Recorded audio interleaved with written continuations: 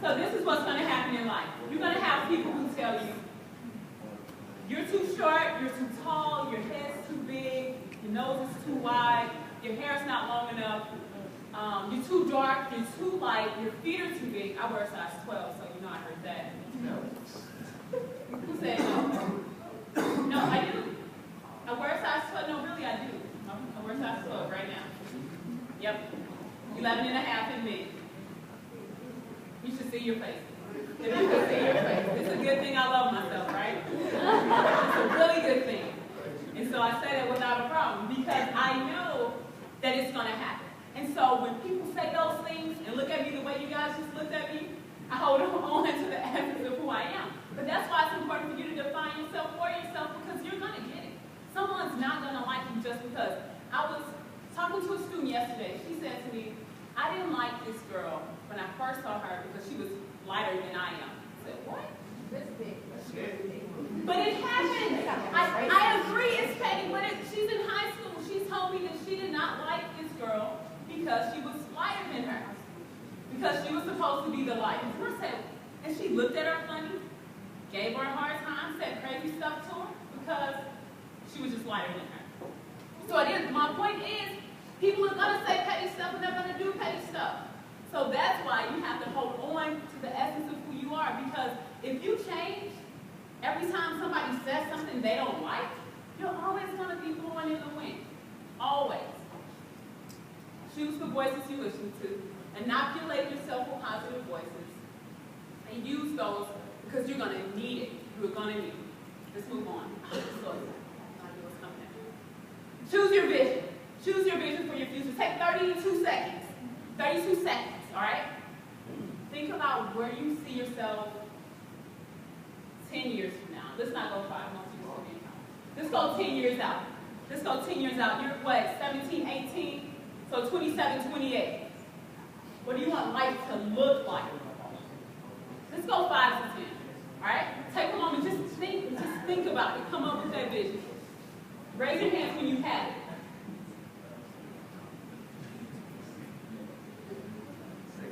When you can see it, it's clear as day. Raise your hand. Oh, keep your hands up. Because we're not going to move forward until everyone has a vision.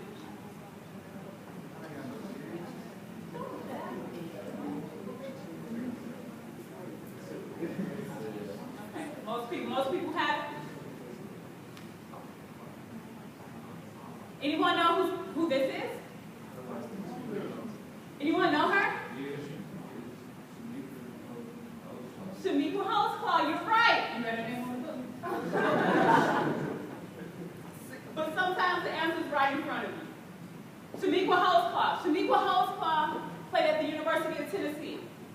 She was amazing, like the most amazing player I'd ever seen. So when I was in high school, she was the person I looked up to. So the vision I had for my future was her. Like there was a living representation of what I wanted to become, and it was her. I didn't want to become her. Let me rephrase that. Like her. So I wanted to play college basketball. Shamika Holtzclaw has published 3 books. This is her most recent book, and it's about mental health, but how breaking through barriers to mental health. But my point is, you have to have a vision for what you want to see. The vision has to be clear because if it's not, if you don't create your vision, then someone else can create it for you. The last thing you want is someone else to dictate your life.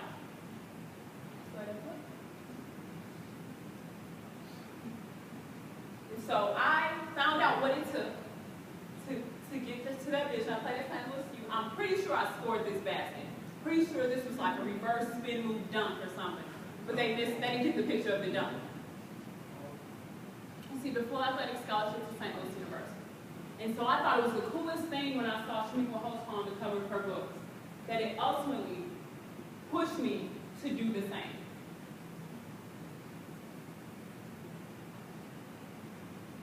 Create your vision. So how do you create your vision? One of the best activities that I've ever done that helps me stay focused is a vision board. Raise your hand if you have a vision board at home. Raise your hand if you've heard of the vision board. Okay. So the purpose of a vision board, you take like some magazines and whiteboard and you paste the things you want to see, like your favorite quotes on there. So one of my favorite quotes is, "Your example will inspire others." And it came out of a fortune cookie. I went to Payway one day and I got it and I kept it, right? And I believed it. I really believed that my example would inspire others. And then I blew it up and cut it out. And now I look at it. Say, if there's no struggle, there's no progress. Who's heard of that one? A few people. And that's the truth. Frederick Douglass said that. And then Dr. Maya Angelou said, people will forget what you said. People will also forget what you did, but they will never forget how you made them feel. Will never forget how you made them feel. You believe that? Never forget that, right? And so I think about these things. Who's heard of the Desiderata?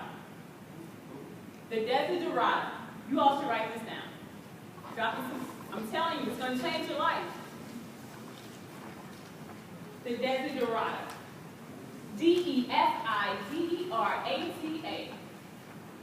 by Max Ehrmann. M-A-X. E-H-R-M-A-N-N. I'm going to go with that. That sounds right. Huh. Ehrmann. E-H-R-M-A-N-N. Desiderata. You know who probably heard of it? Rockwood South students. So at Rockwood South Middle School, on the wall, it's this huge wall that's probably about the size of this back wall over here. And they have it drawn up. The actual words in each square. You see like the blocks on the concrete blocks on there? Well, there's this huge wall in the 8th grade hallway at Rockwood South Middle School. And I was walking through the school, going to meet with students, and it just looks like this mural. And I stopped and started reading, and it blew my mind. So you guys have to read the Desiderata. I'll recite just a little bit of it for you. It says, "Go placidly amid the noise and haste, and remember what peace there may be in silence. As far as possible, without surrender, be on good terms with all persons. Speak your truth quietly and clearly, and listen to, even the dull and the ignorant, they too have their story. Do not compare yourself with others, because you may become vain or bitter. For always there will be greater or lesser persons than yourself." And it just goes on and on about this wisdom. I highly encourage you guys to read the Desiderata. It's on my wall at home. Cut it out, okay, put it up, so that I can continue to look at this and see it every day. Create your vision. Sorry. It's okay. It's okay. So places you want to go. My vision board at home has all these palm trees and a hammock and the beach. Places you want to go, there's Major Game and Squirrel Wide. There's the book and Oprah. I mean, everything that I want to see is on this vision board. Create your vision for your life.